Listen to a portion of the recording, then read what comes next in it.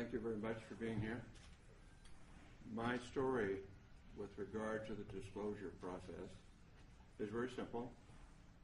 I grew up in Roswell, New Mexico, the site of the first UFO crash, the alleged UFO crash.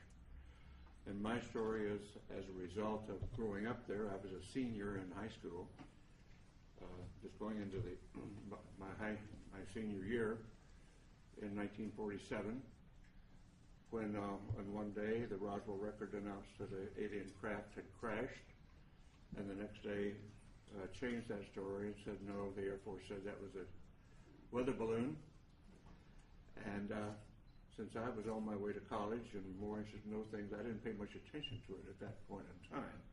However, my family was in the agribusiness. My grandfather was a cattle buyer and sold registered Hereford bulls to the ranchers in the area, knew everybody in the area, in the Pecos Valley and beyond, sold cattle into Arizona, western Texas, and was affectionately known as Bull Mitchell in those parts.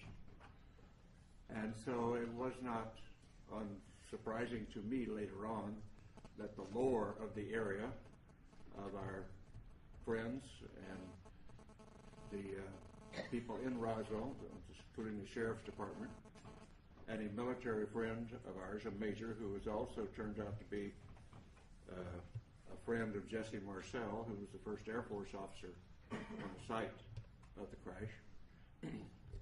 And this Air Force officer was in administration. He was not really involved, but he eventually told me his story, and that's how I became involved.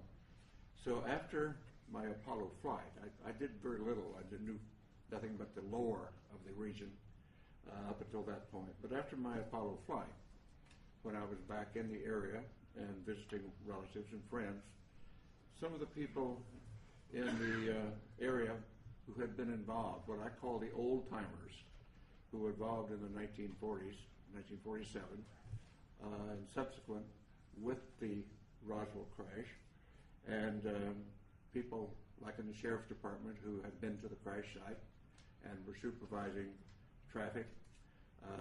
My friend and friend of our family, the major, who was an office mate of in the administrative function at Walker Air Force Base.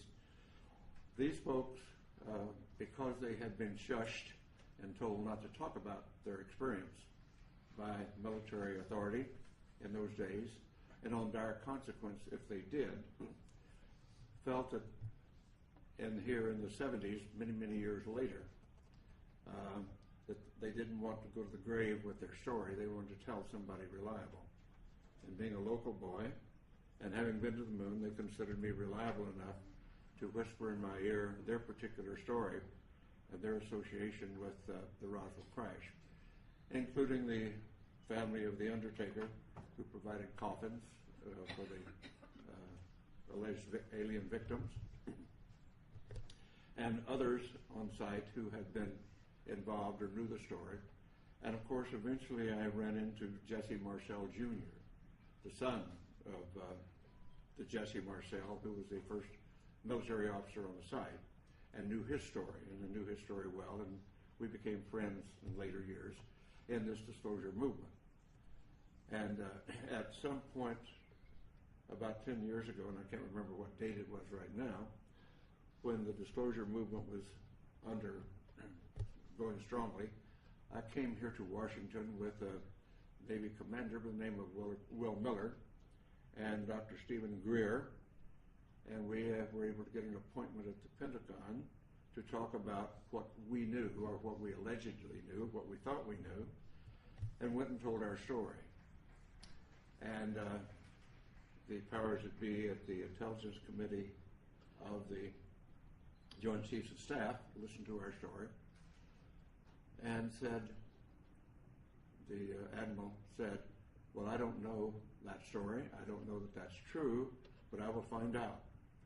So we departed, went on our way, and subsequently learned through Dr. Greer and through Will Miller, and that those stories have been confirmed, and that the admiral had been denied access when he tried to get into the inner workings of that process.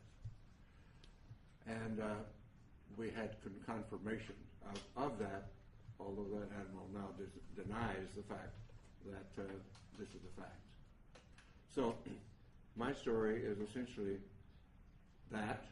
I do have no first-hand experience with the ET effort, except the fact that I know all of these research people that you'll hear from today, and those some who are not here today, who have spent a long amount of their lives and time doing research into the alien visitation, UFO crashes, and so forth. And I urge that those who are doubtful read the books, read the lore, and start to understand what has really been going on, because there is no doubt we are being visited. And as a person who is a part of the first generation of being a spacefarer of our civilization and having gone to the moon, and realizing that I do and many of us do now, that have seen the Hubble pictures from space, the universe that we live in is much more wondrous, exciting, complex, and far-reaching than we were ever able to know up to this point in time. And the fact we have wondered, were we alone in the universe forever?